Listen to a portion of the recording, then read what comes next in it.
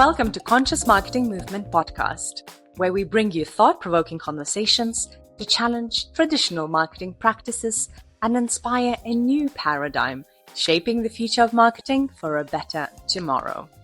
In our first season, we'll explore how can marketing drive climate action. We'll be talking with sustainability communicators, brand strategists, designers, all sharing their knowledge and first-hand experiences. So whether you're listening to us at home with your favorite beverage or on your daily commute, make yourself comfortable and enjoy the episode. Okay, hello Akhila.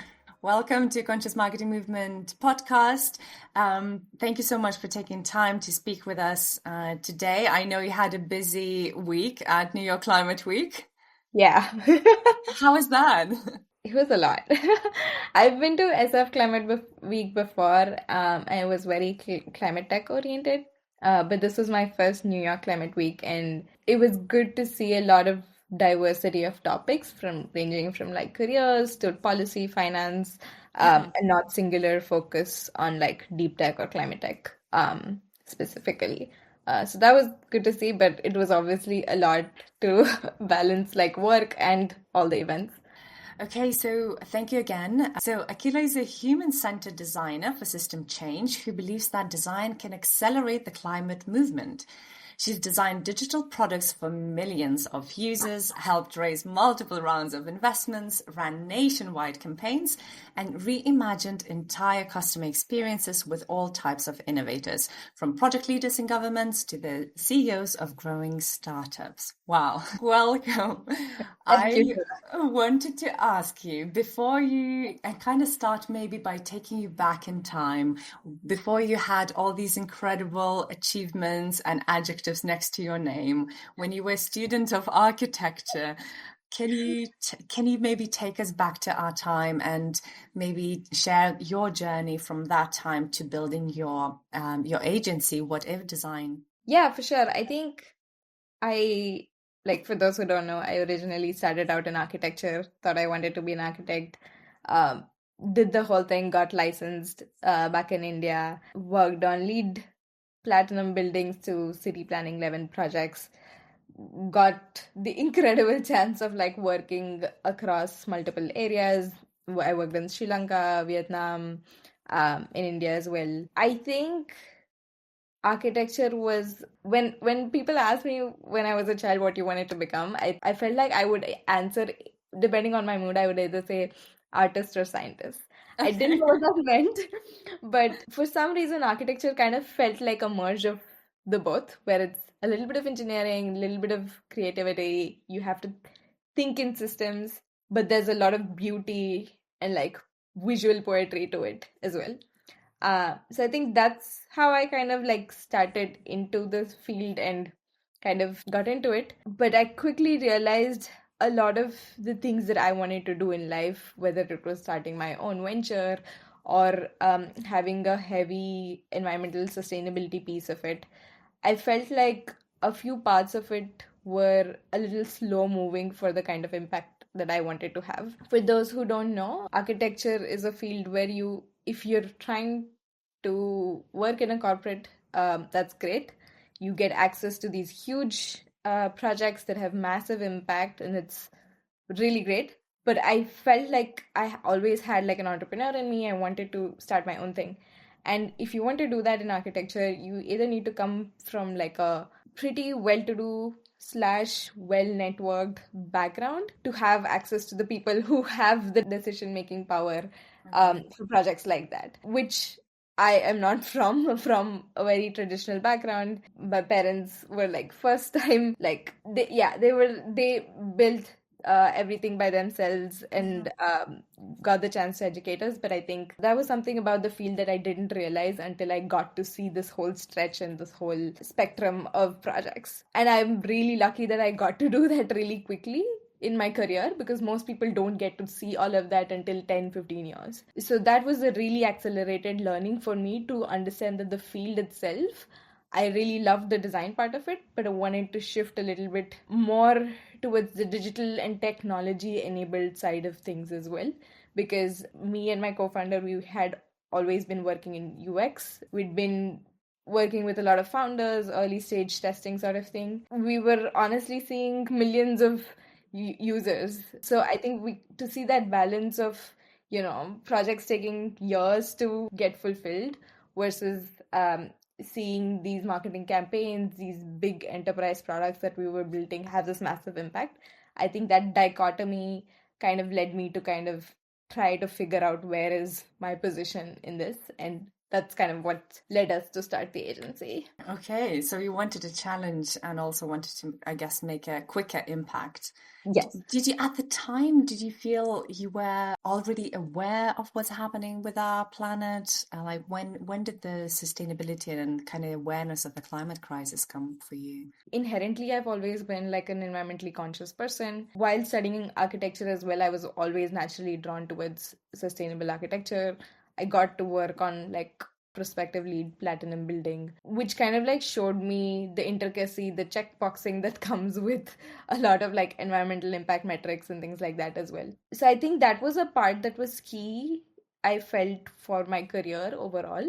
Us trying to figure that out in the agency, I think, came much later on, because in architecture, sustainability is a very key piece because buildings have a huge impact. The construction industry as a whole has a big emissions reduction potential as well. So it comes with that inherent responsibility, but not a lot of designers in the digital world feel that responsibility, I would say. So when I kind of moved away from architecture and when we started this agency, this was the peak of the pandemic. So we ended up working with like two big unicorns in India for COVID vaccination creative campaigns. We worked with the Ministry of Health of Saudi Arabia for a large scale enterprise product for their healthcare systems that would be implemented nationwide.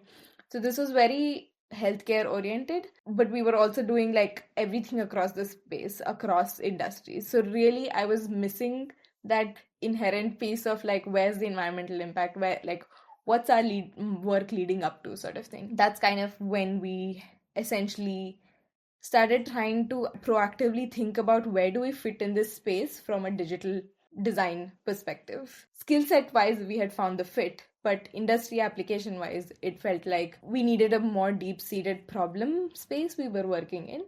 And that's kind of when we essentially started like reading up a lot, researching the climate tech space and trying to get a sense of where we would fit in. Was this the time when you did this huge market research, when you said you contacted over 100 climate-focused companies and people? Can you tell us more about this market research? What was the motivation? What were you trying to find out with this market research? And what was the outcome? We were honestly just trying to figure out where we fit in.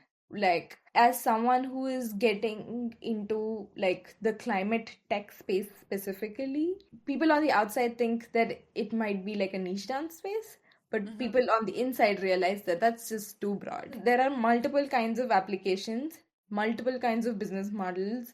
The kind of stakeholders are very varied. So I think it was a very messy ecosystem for us to first map and figure out where do we come in with expertise. That was like the motivation for us to figure out where do we fit in this entire spectrum. So we started essentially with like figuring out what the problem is, really understanding, yes, everybody knows climate change is real, it exists, but what are the key factors driving it? What are the key areas of emission sources? What are the problems that are worth solving? And what are the levers that different kinds of stakeholders can pull was something that we needed to get an understanding on before, figuring out how we fit in anywhere in here, right? So I had like 7 or 8 ideas that I was walking away that, I could build this. Or with all of these ideas, essentially that kind of led us to reach out to different people.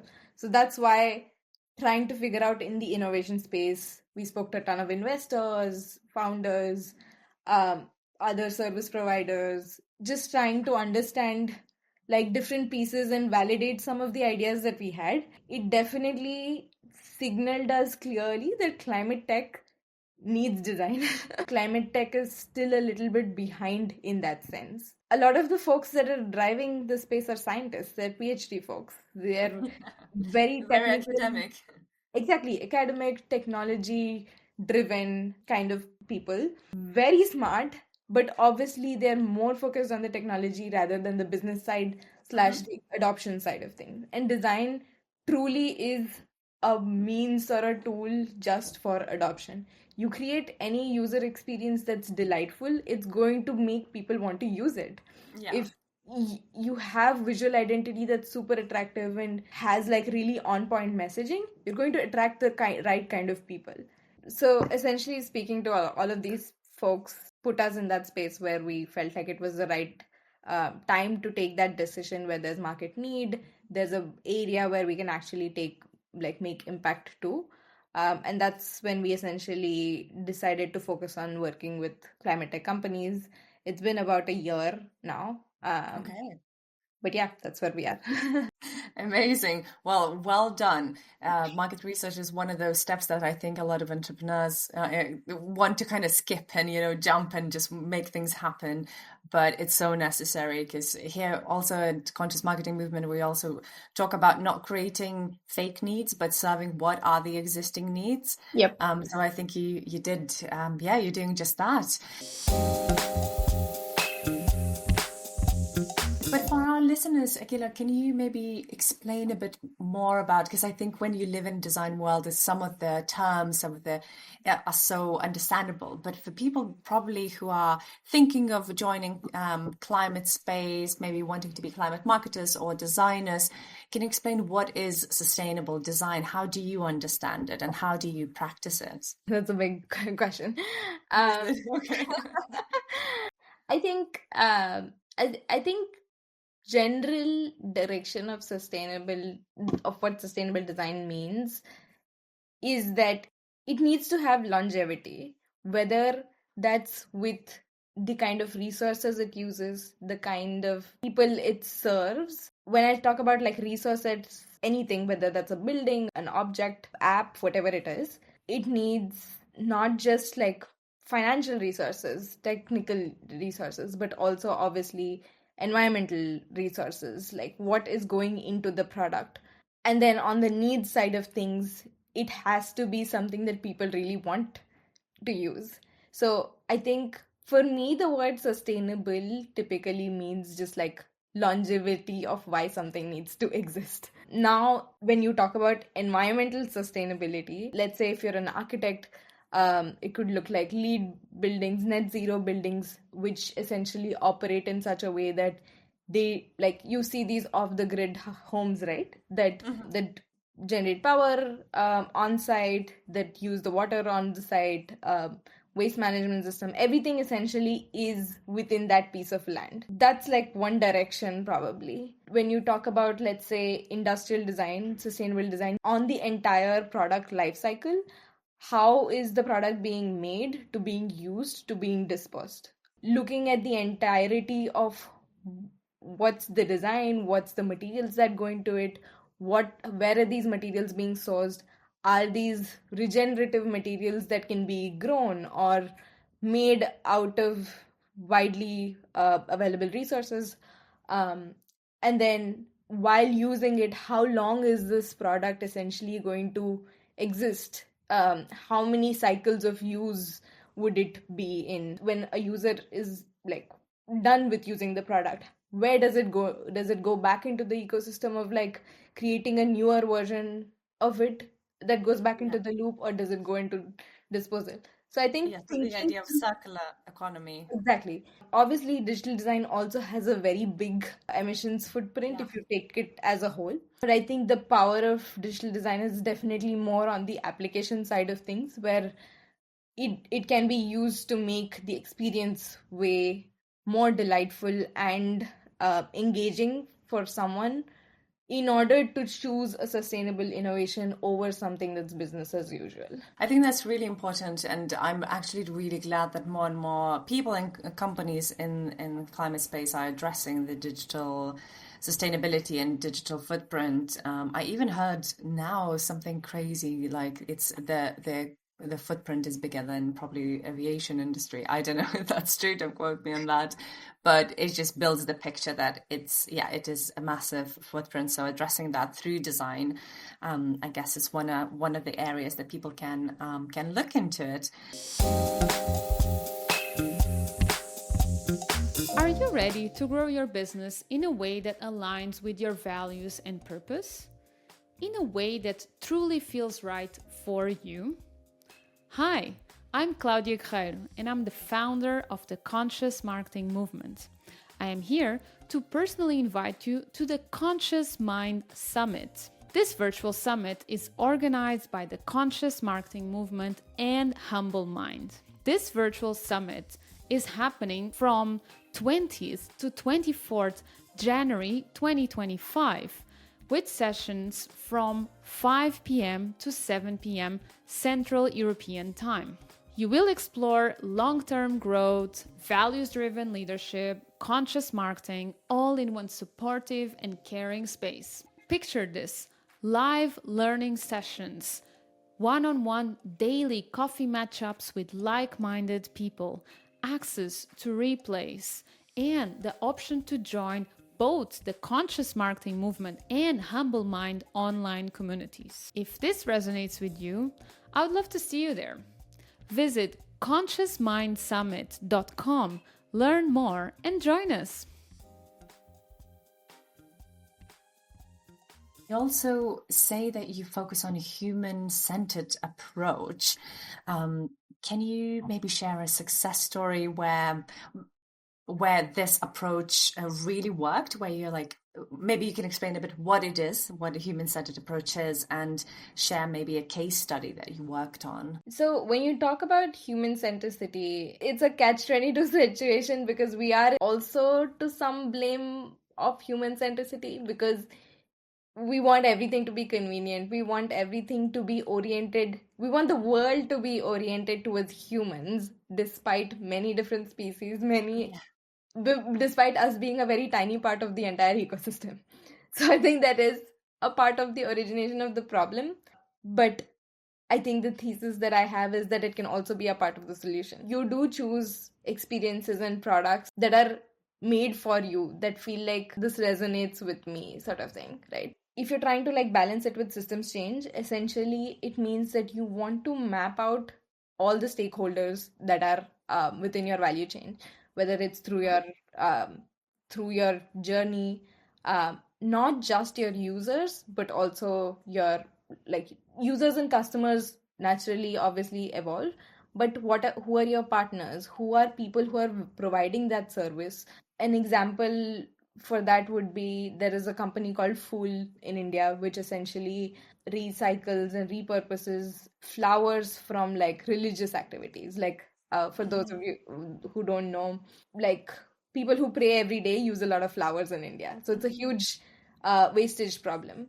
But what they've done is they've literally taken that and kind of turned all of those flowers into incense sticks and byproducts.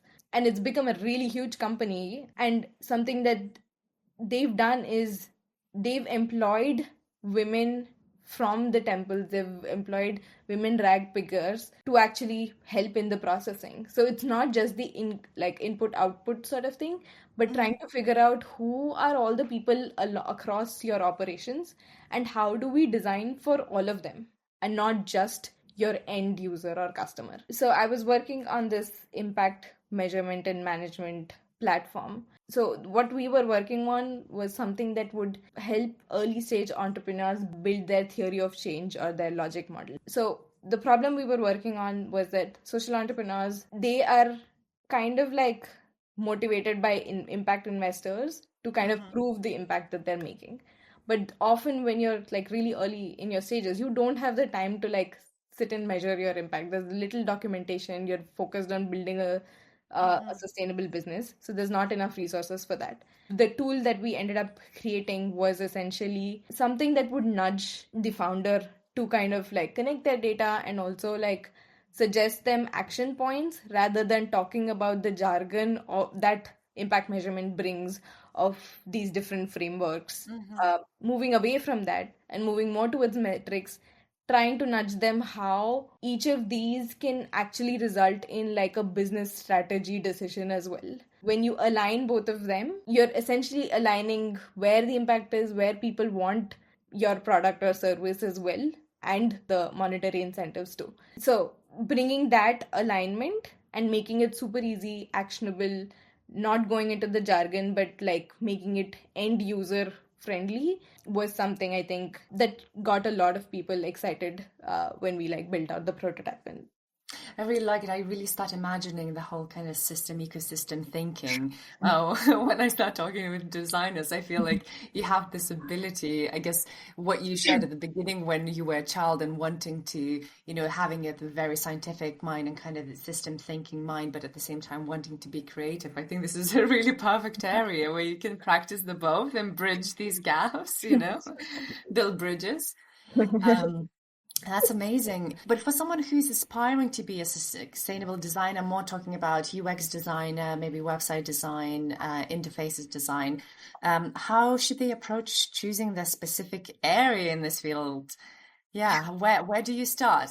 I would say read up as much as you can as a starting point. It's about like there's this thing, there was an exercise we did called climate ikigai. Essentially, like what do you love doing? What will get the bills paid? And then like what has a lot of climate impact too. First, getting a lay of the land of the foundations and understanding who is actually solving the problems, because there's a lot of greenwashing out there. And I think what this exercise helps you do is identify that. As fancy as some terms sound, a lot of people are also solving non-problems. It is not only the biggest challenge of our lifetime, but it's also the biggest opportunity of our lifetime, because we need to reimagine everything, right? Which means that there are a lot of bad players out there. I know it's easy to just claim and say that I'm climate focused X, but if you don't do your research, you are not going to be able to identify the folks that are claiming to solve a problem that doesn't exist. So I think figuring out what are the right problems you want to solve/work on is very important. And then talk to as many people as you can. If you take people with a little bit of experience, there must be some natural pattern that has kind of emerged in terms of whether you've worked in healthcare or like a specific sector or any specific area that you have deep industry knowledge in or have skill sets that are useful to that, or whether it's like the kind of business model, whether you've worked mostly on like the B2B side of things / the B2C side of things. For example, we at What If have worked on a lot of like enterprise software. We've worked on mostly B2B products like EV battery management systems, ESG vendor sourcing platforms used by corporates, things like that, that are not something you can just go out in the market and get consumer feedback on, right?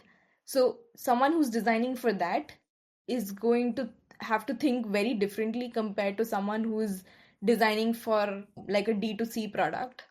Let's say like a Misfits market or Impossible Foods or like any consumer product. The customer journey and experience for that would look very different. Things like this, like what are the business models you've worked on, industries you've worked on, where's your skill sets, what do you enjoy, and within climate, what are the sectors where great work is being done in the space. Reach out, talk to people who are already working there, understand what they love about their job, what they thought they were going to be doing, or what they thought their impact would be, and what it is truly. After research, I would say just talking to people, figuring this out, and basically figuring out whom to talk to, and then talking to them can give you a lot of clarity in terms of what are things that would fit you as well, because it has to be a mutual fit in order for it to be again long sustainable for you, right? I agree. Great advice. Love it. I think I would add, or maybe just elaborate more on the enjoyment part, especially if we here in Conscious Marketing Movement, we look into kind of small and medium scale companies, and we have a lot of freelancers here. Yeah. And when you're working on by yourself, it gets lonely. So focusing on the area that you feel really passionate about, and maybe doing a climate course. There's lots of different courses out there that to give you general understanding of like what are the problems and what are the solutions. And as you mentioned, there's so many different areas. You can go into law, into finance, into sustainability reporting. You can look into oceans or deforestation. And I feel like while you're going through that course, really feel what moves you, and kind of stick to that area, because then going deeper in that area, I think that would be my advice too, just because there's so much to learn and we just can't know everything. Yeah. I see a lot of people burning out within climate too. Like it's not an easy transition. So I would say that focus on what brings you joy along with your skill sets and what you want to do.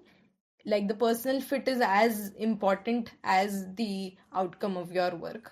Because if you put all this effort, work in climate for say 2 years, and then you're burnt out and want to move into cybersecurity or something completely different, you've put in so much work. It is helpful when people transition to it sustainably as well for themselves. I agree. I think a lot of us in climate space are guilty of, burnout. I definitely been there, done that. And then I came to the realization, hang on, if we're not gonna look after our inner nature, then well, there's gonna be just no people to do the work that needs to be done. So yeah, thank you for bringing that into attention. I think it's very important also in our community when we are creating impactful businesses and creating impactful communications to really look after each other and kind of cheer each other on our journeys, because once that fact is clear, this is a kind of a long-term game. This is not like a short success. We're not going to solve a climate crisis in the next year or two. Well, they say words are your magic. Maybe I shouldn't have said that.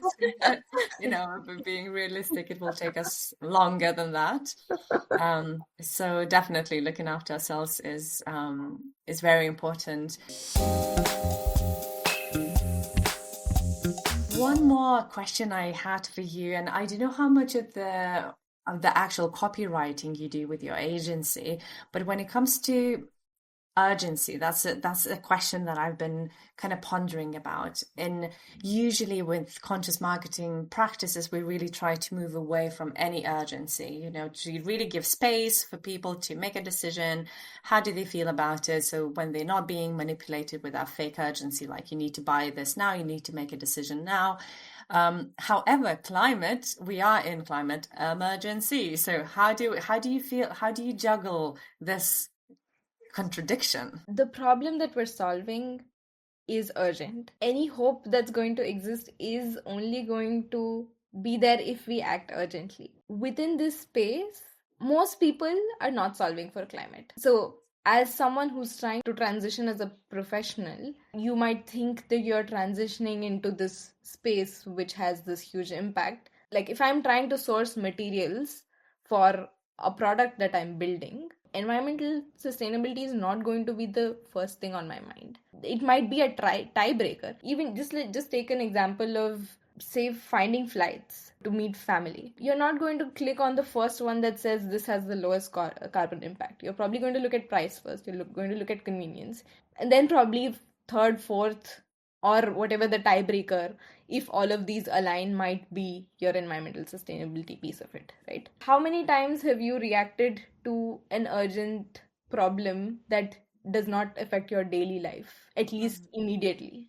The decision making, I think it is like any business. When you're talking about urgency in copywriting, people are not going to be moved by thinking about the climate. When it comes to climate advocacy, that's a different thing. But when you're trying to build a business, I don't think showing that urgency is going to make a difference. Like, you want to talk about the benefit, you want to talk about what's making their job easier, and not necessarily like because climate is nobody's problem. It's not one person's problem. It's the entire world's problem, which means that everyone feels that that's too big for them to solve / think about. I think urgency is more of an action rather than a convincer when it comes to business. Like, you trying to move faster is probably a different thing, is probably something we need.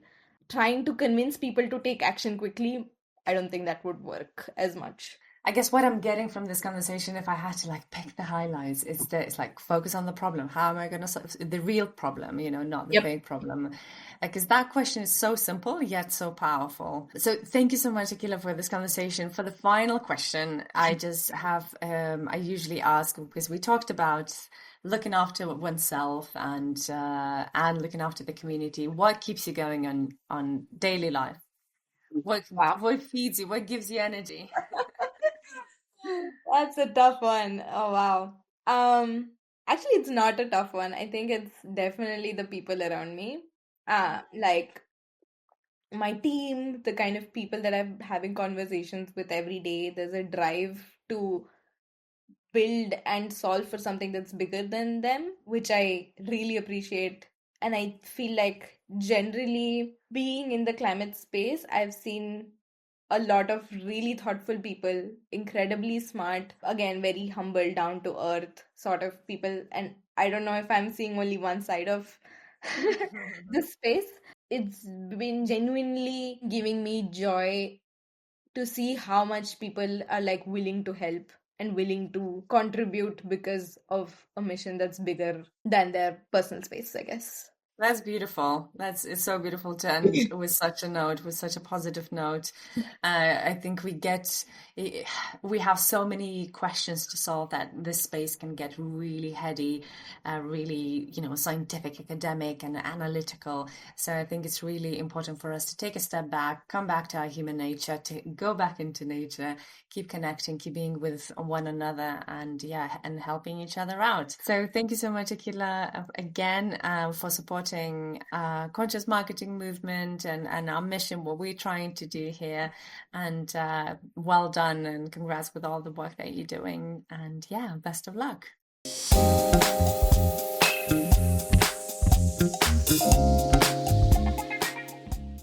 Thank you so much for listening to this episode. And if you would like to learn more about what is conscious marketing and join a community of entrepreneurs and change makers, marketers, head to consciousmarketingmovement.com and join the membership.